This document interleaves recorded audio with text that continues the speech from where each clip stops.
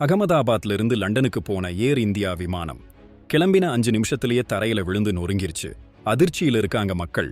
அகமதாபாத் விமான நிலையத்திலிருந்து லண்டன் புறப்பட்ட ஏர் இந்தியா விமானம் AI-171 கிளம்பின கொஞ்ச நேரத்திலேயே மேக்னநகர் பகுதியில விழுந்து நொறுங்குச்சு. உள்ளூர் நேரப்படி மதியம் 1:38க்கு கிளம்பின விமானம் 5 நிமிஷத்துல விபத்துக்குள்ளானது.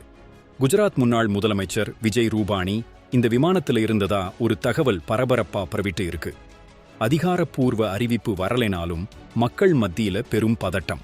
இந்த விமானத்துல மொத்தம் 242 பேர் இருந்தாங்க.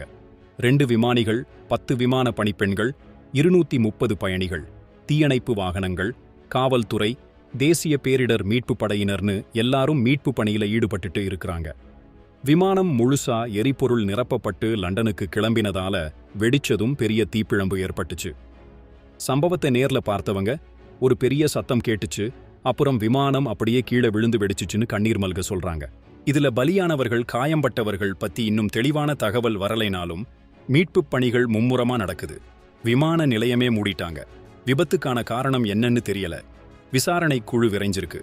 ஒரு நொடியில பல பேருடைய கனவும் உயிரும் போயிருக்கும்னு நினைக்கும்போது மனசு கணக்குது. விமான பயணங்களோட பாதுகாப்பு பத்தி பெரிய கேள்வி எழுப்பப்பட்டிருக்கு. இது போன்ற விபத்துக்கள் நடக்காம தடுக்க என்னென்ன நடவடிக்கைகள் எடுக்கணும்னு அரசு இப்போ யோசிச்சுதான் ஆகணும். இந்த மாதிரி விபத்துக்கள்ல இருந்து நம்ம பாதுகாப்புக்கு என்ன செய்யணும்னு நீங்க நினைக்கிறீங்க? உங்க கருத்து என்ன? மறக்காம கமெண்ட்ல சொல்லுங்க.